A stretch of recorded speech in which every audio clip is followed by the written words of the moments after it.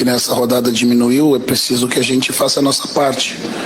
Né? E o que eu tenho proposto aos atletas é justamente isso: vamos fazer a nossa parte, procurar vencer os nossos jogos. Desde o início, o planejamento foi atingir a pontuação mais rápido possível para a Libertadores, nos daria a condição de nos manter na briga, pensando e sonhando com a possibilidade da rodada final e com chances de brigar pelo primeiro lugar e pelo título.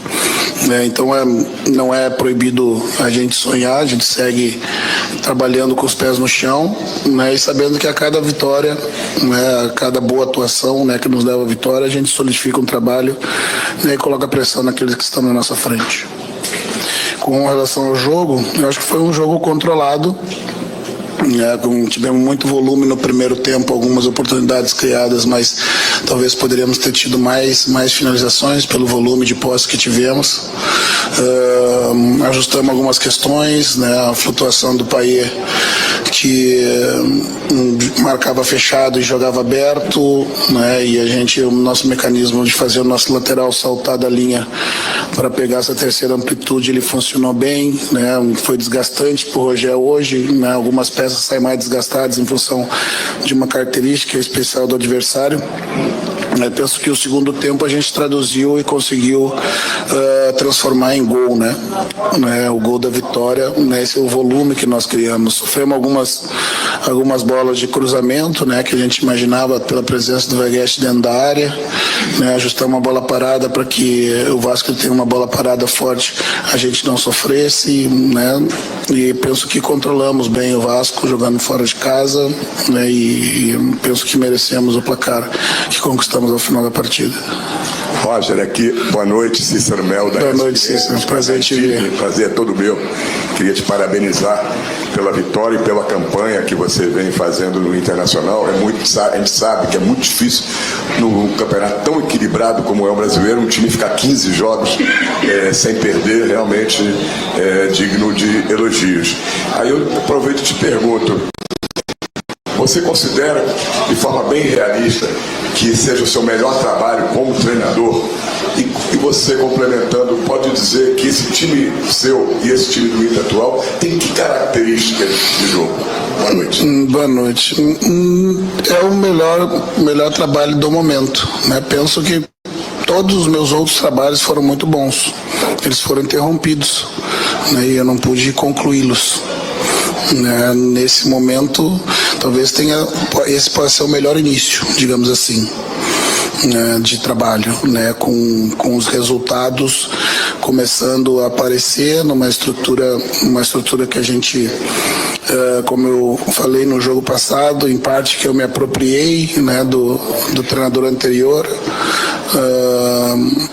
mas também era a estrutura que eu jogava no clube anterior, que permitiu rapidamente fazer alguns ajustes, né, do ponto de vista defensivo, né, que nos permitisse estar mais perto da bola, ter as compactações, poder entrar para dentro do campo adversário, pressionar alto os adversários, independente se a gente está jogando dentro ou fora de casa.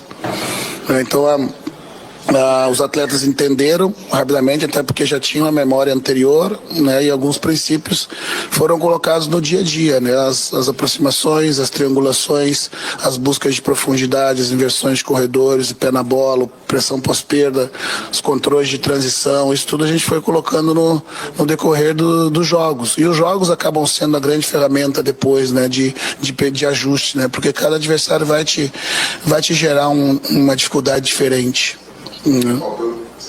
Qual é a característica do seu time? Parece que definir. Eu acho que é a intensidade de pressionar alto. A gente é o time hoje que marca mais longe do gol, né? Ou seja, a gente marca em média de 45 metros do gol. Mas é o time que pressiona mais rápido o adversário para recuperar a bola.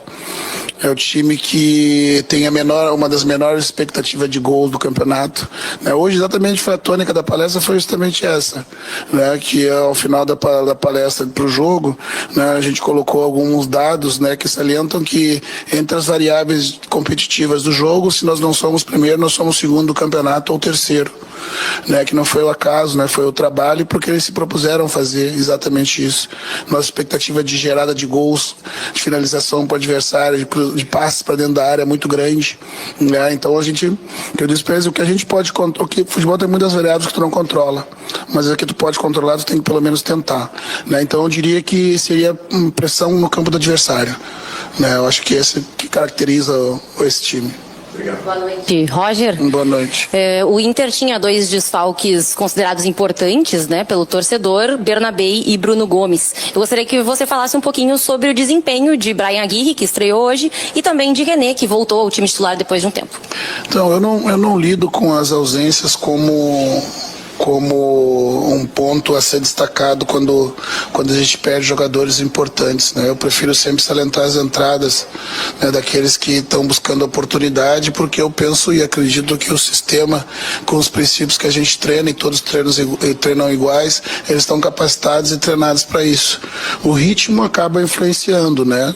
O Bryan, por ser um jogador mais leve, né, sentiu menos o ritmo, o René por estar mudando a característica do seu jogo, né? Eu dei os parabéns ele no final do jogo, que para mim ele fez uma grande partida e quase como uma estreia também, uma reestreia num estilo diferente, o que ele anteriormente já fazia com bastante capacidade.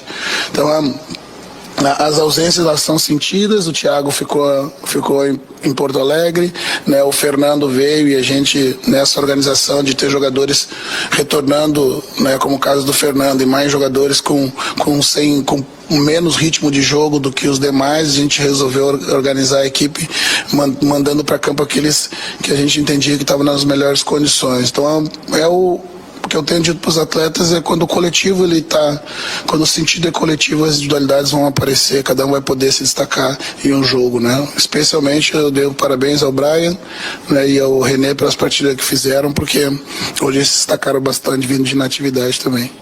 Roger, você falou agora há pouco que talvez seja o melhor início de trabalho seu em um clube. Qual foi o diferencial para essa química dar certo tão rápido assim? E num time que tem uma sequência tão boa positiva, uma invencibilidade tão grande, ainda cabe muita evolução ou está próximo daquilo que você entende como ideal? Eu penso, como respondi na questão anterior, né, que eu usei muito do material deixado pelo treinador anterior, né, e que me ajudou a queimar algumas etapas, né? Eu coloquei uma forma diferente de jogar, né, mas a estrutura ela é parecida, então os jogadores estavam familiarizados com isso, né, e a partir daí o talento dos jogadores, né, nosso grupo é talentoso, né, tem um entendimento rápido do que se pede, além do que esse ano, né, em função das paradas das datas FIFA, permite que você trabalhe. Senão você troca o pneu com o carro andando. Não tem como você colocar princípio de jogo se você não treinar. Cada princípio de jogo que a gente pretende botar em jogo, eu preciso uma média de 6 a 10 trabalhos do mesmo trabalho para que ele comece a aparecer no jogo. E se você não tem tempo, não consegue, né? Então eu atribuo a isso, é o tempo, né? Lá no início a gente não teve tempo, então a evolução foi mais lenta, né? E a capacidade dos jogadores, né, de abraçar a ideia e fazer da melhor forma possível. Roger, boa noite. Parabéns pela vitória e pela invencibilidade de tantos jogos assim. Faltam 4 jogos para acabar o Campeonato Brasileiro. O Inter já está garantido na Libertadores e acredito que o próximo objetivo seja se classificar direto na fase de grupos. O Inter tem, dos 4, 3 jogos contra times que estão no G4. O Flamengo foi campeão da Copa do Brasil, o Botafogo finalista da Libertadores e o Fortaleza fazendo uma campanha incrível, com maior pontuação de time nordestino na Série A. Queria te perguntar, dos 3, qual que você acha que vai ser o maior desafio para o Internacional, tendo só o Botafogo jogando em casa, no Beira-Rio, e os outros 2 fora de casa? Não consigo afirmar nesse momento, né, qual adversário seria mais duro em enfrentar, porque todos, como você disse, todos estão na parte de cima da tabela e todos são jogos duros, né? Cada um vai nos impor uma dificuldade diferente, mas vai ser briga de gente grande, né? E o que a gente vai trabalhar para que ajustar a estratégia dentro do nosso modelo para enfrentar cada adversidade, né?